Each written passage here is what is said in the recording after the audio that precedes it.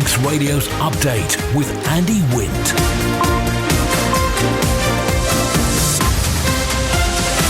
Pastor Mai, good evening. It's 5:30. This is Update for Wednesday, 1st of May 2024 from Manx Radio. 30 minutes looking at the latest news on the island.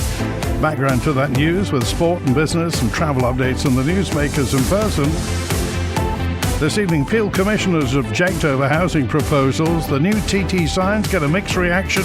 The latest on losing the Bishop's vote in Tynwald. Government housing study still not published. And did a Playboy Bunny really want to be Donald Trump's ambassador to the Isle of Man? Man Benham for all your business and legal needs.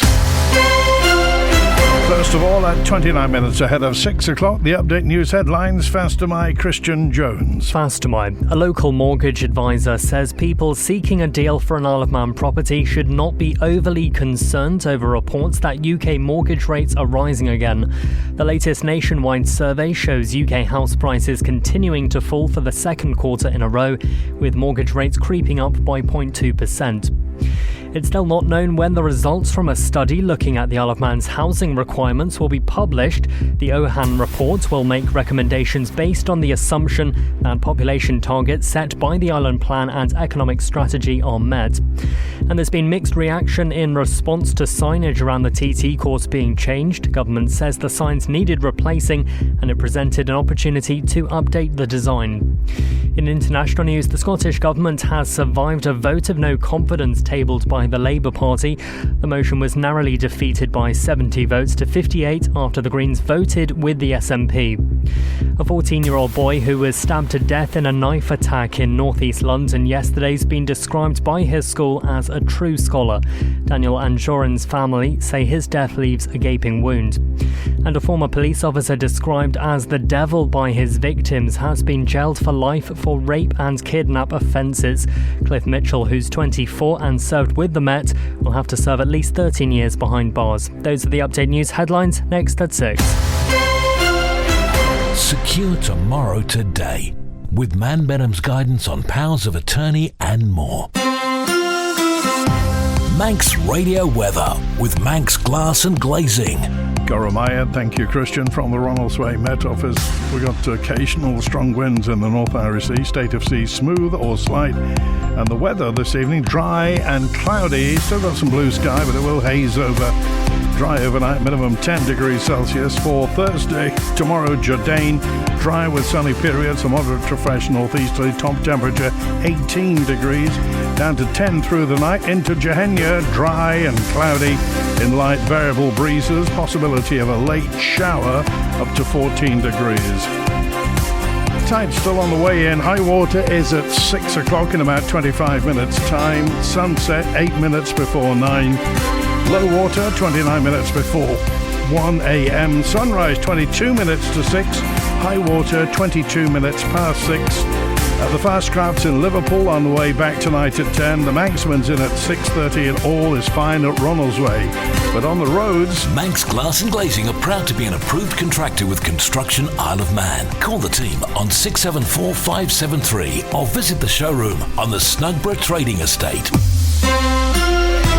Balamoda Road is closed between South Barrule Junction and the Viroa Junction due to a road traffic collision. Do be aware of that. Because of a problem earlier on, the road is now open in the area of Belaf Bridge, but do be aware of that. We'll have you more details as soon as the constabulary release them. Peel Commissioner says it'll be filing objections to the draft North and West Area Plan over concerns about the amount of housing proposed for the Town Commissioner. Ray Harmer says there are lots of questions the Cabinet Office needs to answer about the changes. In effect, there's an additional 35.8 hectares of agricultural land, and this is on the outskirts of Peel, predominantly for new housing development. And it's, if you like, it would form a ribbon that goes from the QE2, all of that land, up towards the Highman, and then past the Highman to Ballagare Lane and the allotments, and it's that section there. There's about 38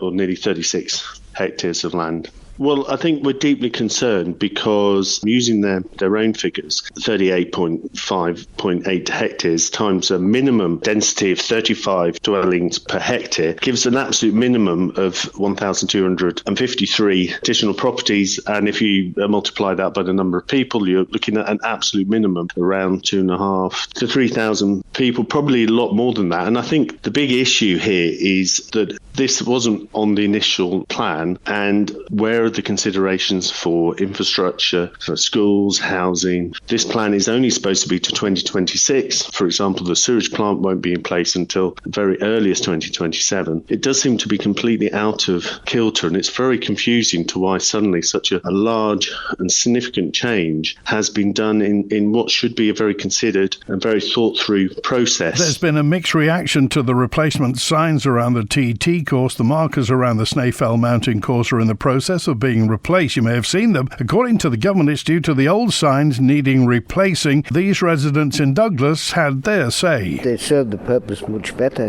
and Bellacry has got a hump. So Bellacry, they actually take off. If the riders were made aware of the hump that's in Bellacry. You see that one there is showing the bend coming in from Union Mills into Bellagary. That one there is just showing the piece going out. The signs look okay as they are, but the new ones look okay as well.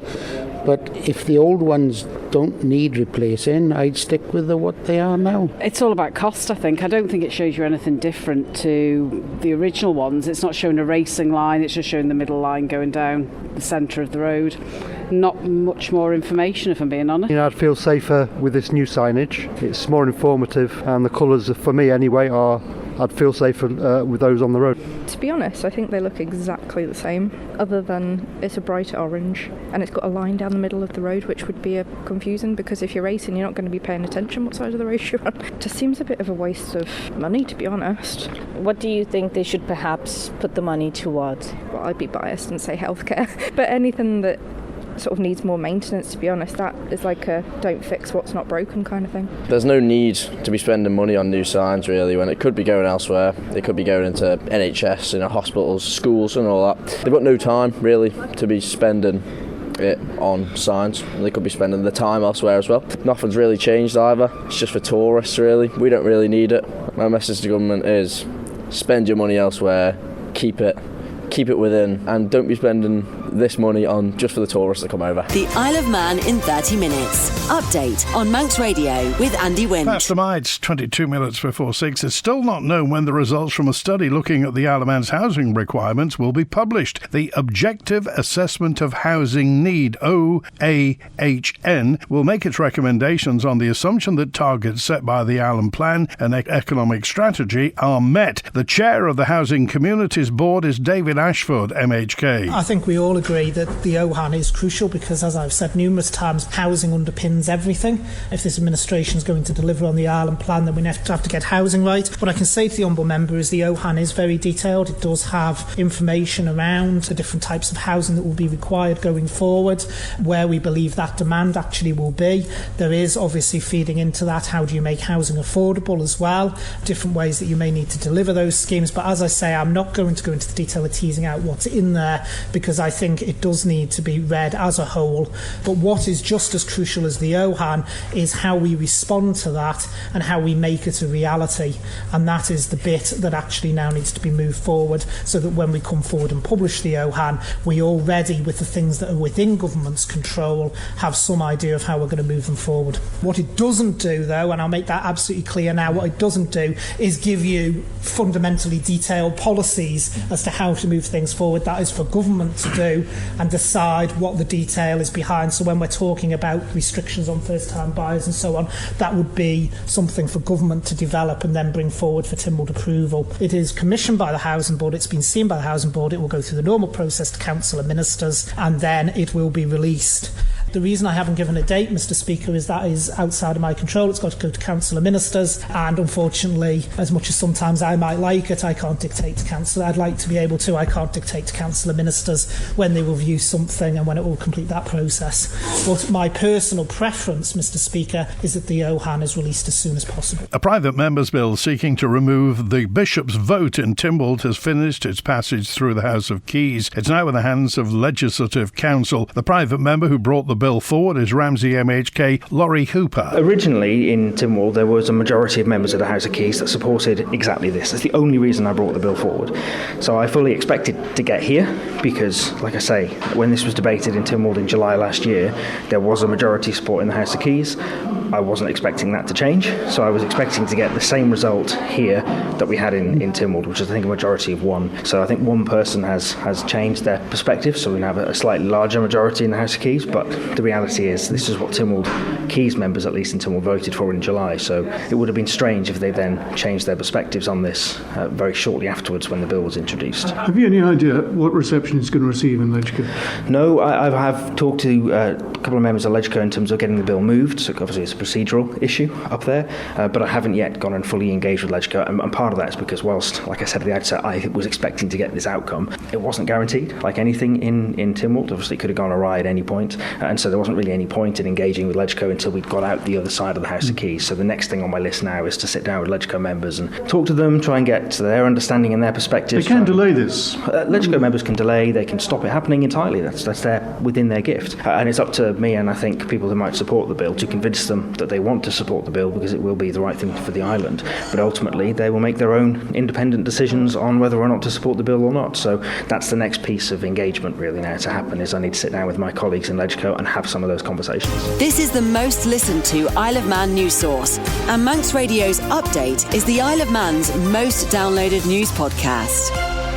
A piper who's won a class at the Guild used her performance to highlight the upcoming 80th anniversary of D-Day. Here's Mary Jane Falconer talking about the piece she chose to play. The piece is called The 6th of June, 1944, and that was composed by Captain Stuart Sampson, and he composed it specifically for the Normandy D-Day landings. And I chose that because I wanted to recognise and acknowledge the fact that we are coming up to that significant date. Across the UK and the Channel Islands and the Isle of Man, there will be one piper playing leading up for 80 days, leading up to the anniversary on the 6th of June. And the Isle of Man have the slot 10 days leading up to that date. So in the Isle of Man, we'll have one piper playing Highland Laddie at 8 o'clock in the morning, leading up to the actual anniversary. That's particularly special that the Isle of Man will be the ones going right up to the day. Particularly poignant. It's very poignant, yes, very special.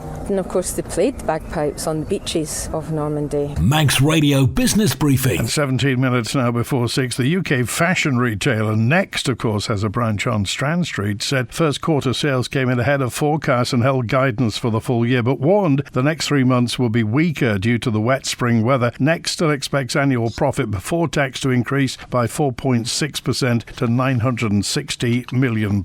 For a full daily market report, go to ramseycrookall.com. Lufthansa and Air France KLM have announced cost-cutting plans after being hit with higher-than-expected losses in the first quarter. Carriers have been battling with higher energy costs and disruptions due to strikes and the war in the Middle East, despite a post-pandemic bounce of air travel. Lufthansa said it would halt new projects and review hiring at its core brand, while the Franco-Dutch competitors freezing the hiring of additional support staff. Even though travel demand traditionally drops in the first 3 months of the year, Europe's biggest carriers had a particularly tough start to the year due to strikes. Lufthansa spent €350 million, roughly £300 million, on wage increases and cancellations, while Air France KLM had to pay €50 million in compensation compensation, mainly to KLM passengers. In spite of that first quarter loss, both carriers look ahead optimistically. Lufthansa's summer bookings are up 16% from last year, and Air France KLM doesn't expect new air traffic control strikes ahead of the Paris Olympic Games in July. The Stock Market Report, brought to you by Ramsey Crookall. UK markets closed lower, extending earlier losses, while most European markets were closed for the May Day Labour Day public holiday. Oil fell on rising crude inventories and production in the US, and gold edged higher. The numbers now from Ramsey Crookall. At the close in London, the FTSE 100 down almost 0.3% at the close, 8,121. The DAX in Frankfurt down just over a percentage point, 17,932. A short time ago in New York City, the Dow Jones Industrial up 0.3%, 37,922. The Nasdaq Tech Stocks Index down 0.25% at 15,618, and the S&P 500 is down 0.25%, 5,023. In the exchange markets, the British pound sterling trading at $1 24 cents, €1 16.9 cents, and 23 South African rand 24.4 cents. In commodities, gold's up just over 0.9%, $2,306 per troy ounce, and a barrel of Brent crude down 2.5% at $83.72. I'm running late again. Do you know where I put my car keys? In the fridge. Where's my phone? Under the dog basket. Bye. You haven't forgotten that we're seeing Ramsey Crookall later? Oh, no, of course not. 5 p.m, is it? 2:45. I'll be there. Life is busy. That's why Ramsey Crookall's team takes time to help you make a mindful investment decision, considering all the options, giving you full control of your financial future. Less stress, more assurance. Forgot to put my shoes on. See how we can make your money work for you. Call 717171 or visit ramseycrookall.com. Licensed and regulated by the Isle of Man Financial Services Authority. A Playboy Bunny's lawyer asked to be made ambassador to the Isle of Man in return for killing the story of her alleged affair with Donald Trump. The revelation came out during yesterday's hush money trial involving the former US president. Here's Dave Moore. Karen McDougall claims she embarked on an affair which lasted almost a year with Donald Trump, having recorded an episode of the TV show Celebrity Apprentice with him at the Playboy Mansion in 2006. 10 years later, she sold the details of the alleged relationship to the American magazine National Enquirer, with her lawyer Keith Davidson asking the paper's publishing company, AMI, for more than $1 million for the rights to her story. Haggling over prices, the editor-in-chief Dylan Howard said any offer he made would be more hundreds than millions. Mr. Davidson proposed an initial $800,000 followed by a $100,000 salary for the next 2 years, adding, "Throw in an ambassadorship for me. I'm thinking Isle of Man." Speaking in court yesterday, Mr. Davidson described the comment as a joke. "I know they don't have an ambassador," he said, "but I think it was a reference to Mr. Trump's candidacy." AMI eventually paid $150,000 to Miss McDougall for the rights to her story. Prosecutors argue that its chief executive expected to be reimbursed for the payment by Mr. Trump, which didn't happen. Manx Radio Sport. Faster my Rob Pritchard. Faster my, good evening. Starting with football, and Onken have been promoted back to the Canada Life Men's Premier League following last night's fixtures across the island. What's more, the O's managed it without kicking a ball on Tuesday evening. Their journey back to the top flight was secured following Castletown's 3-2 defeat away at Michael United. The Division 2 title, however, looks to be going down to the wire. Onken on 50 points leads second place Foxdale on 48, who have played a game less, and drew 2-2 at Douglas High School Old Boys yesterday. Elsewhere in the Premier League, St George's took a huge step in their fight to avoid the drop with a 2-1 win away at Corinthians. The game finished in chaotic circumstances as it was abandoned with just under 10 minutes to go following a red card for St George's Tristan Ringham. The football action continues tonight with 7 matches across the 2 combination leagues. Among those, newly crowned Combi 1 champions Ramsey host St John's United. All of tonight's fixtures will get underway at 6:30pm. In boxing, Isle of Man pro boxer Matthew Rennie has confirmed he's set to return to the ring in just over 2 months' time. Magic Rennie has announced his next fight will take place on Saturday the 6th of July at Grand Central Hall in Liverpool. Fellow Manxman Jamie Devine is also scheduled to be in action at the same event. The opponents for both are yet to be confirmed. Back in February, Rennie won his first showdown of the calendar year with a points victory over John Henry Mosquera to extend his unbeaten pro record to 12 wins and 1 draw. Last weekend, Devine also kept up his unblemished tally with a points win, making it 4 straight successes since turning professional in October 2023. And in cricket, tonight marks the start of the T20 Midweek League campaigns on the Isle of Man. 6 matches are scheduled across the Premier Division Division, Division 1 and Division 2 all set to start at 6 p.m. The 2024 Manx cricket season officially started last weekend with the first fixtures in the T20 weekend leagues. Furthermore, the Women's Division gets underway later this month on the 13th of May.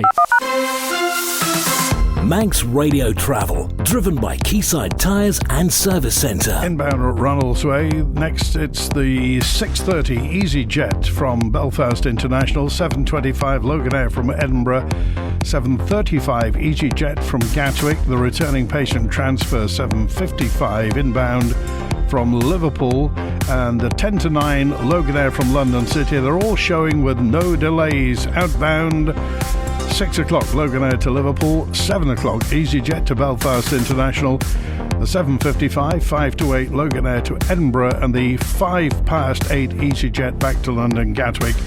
Showing fine. Do be aware there was a problem earlier on at Ballaugh. That's now open in the Ballaugh Bridge area. There was an accident earlier, and the Ballymurda Road is closed between South Barrule Junction and the Byrore Junction due to a road traffic collision. The Bantry Road's open with speed limits and traffic lights. Temporary lights on Sandygate Road for work on the pavements. Temporary lights on Dickeridge Road at Braddon, Stevenson's Way roundabout for water main replacement. Port Sodrick by the old Castletown Road's closed. The Glen Road there through to Marine Drive, carriageway repairs. Brighton Terrace is partly closed between Mount Bradder and Trinity Church by the Rosemount Pub for gas replacement work. Office window replacement, closing Hillside Avenue through to Circular Road. Part of Switzerland Road's closed till November for construction work. Temporary lights on Ballafton Manor Hill at the Corferend Junction for resurfacing in Farm Hill. Look out at Ballakill Ferrick Road in Colby, water main work there. Phase closures, and phase closures on the Starvey Road for water main work. The Key and Drockard Road's got closures for water main work. And temporary lights on Church Road, Port Erin near Russian Church, 24 hours a day for patching work. Quayside Tyres and Service Centre with 1 year's free engine warranty from Castrol. Get more with Quayside. People seeking a mortgage deal for an Isle of Man property shouldn't be overly concerned over reports that the UK mortgage rates are rising again. Our local mortgage advisor, Paul Chase, says his company's seen strong demand for mortgages, the majority of whom are first-time buyers. Paul Chase says rates offered by lenders here are already generally higher than those in the UK. The latest nationwide survey shows UK house prices continuing to fall for the second quarter in a row, with mortgage rates creeping up by 0.2%. Paul Chase says Manx buyers needn't be worried. No, I don't think it's something that we need to worry about. House prices over here are pretty stable, and if not, actually potentially going up in the sort of in the next few months or so. Mortgage business is very, very busy at the moment. We're seeing an awful lot of clients come through the doors to the extent where we do wonder sometimes where they're all coming from, and that's actually maintaining property prices and then potentially even increasing them. Now, what is the situation with rates here anyway? Before, assuming that the UK is putting rates up, are we at a similar level to them as things stand? No, we are slightly behind the curve of the UK, certainly by about 1% or even 1.5% in some instances. So the fact that the UK are actually putting theirs up by around about 0.2 isn't really affecting us because we're already higher than them anyway. And the general indication from the lenders when we speak to them is that they're comfortable with the level where rates are. So we're not expecting them to come down dramatically, but we're also not expecting them to go upwards. A Port Erin man's appeared in court accused of installing a hidden camera in a woman's bedroom. In court for Manx Radio, Siobhan Fletcher. Martin Borner of Orchard Road appeared at Douglas Courthouse yesterday, charged with burglary with intent to install a surveillance device. The 34-year-old allegedly entered her bedroom several times over a prolonged period of time, altering the camera's position. Over 1,000 files were retrieved by police from his home computer when they were executing a search warrant earlier this week. Imposing strict bail conditions, Deputy High Bailiff Rachel Braidwood said the complainant is going to feel, very understandably, that her home has been violated. Bail was granted until his next court appearance on the 14th of May, during which time the charge will be reviewed. Uncertainty remains over the 2026 Commonwealth Games, with multiple proposals being considered, which could involve the scaled-back offering of sports in 2 years' time. So how's the situation affecting Manx athletes and officials? Basil Bielich is the president of the Isle of Man Commonwealth Games Association. I think the uncertainty from our point of view view is a bit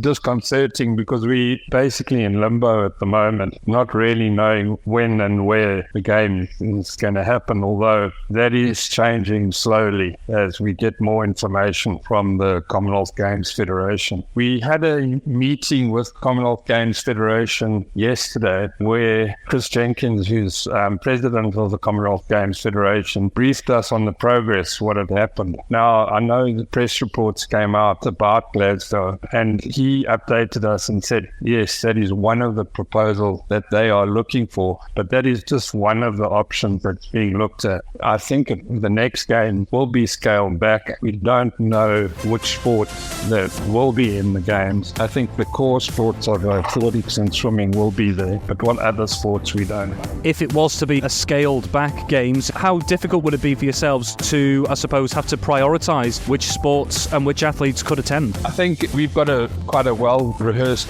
system of grading the athlete. We would take it on the basis that we'd look at our athletes that are most likely to win medals or at least achieve within the top 50% in that chosen sport. So we would go through a process that we've been through before, and I think the athletes would all have a fair chance. It's very difficult for the athletes, the uncertainty, and all they can do is carry on competing and training as if the games are going to happen in 2026. That's it for Update tonight, compiled from the resources of Manx Radio's news department. Thanks to newsreader Christian Jones, producer Amy Griffiths. Howie Kane's here with Spotlight after the news. Greater Sits with Chris Kinley at 6:30. Tonight, Today at the Gill with Judith Lay at 9. And Update returns tomorrow at 5:30. WINT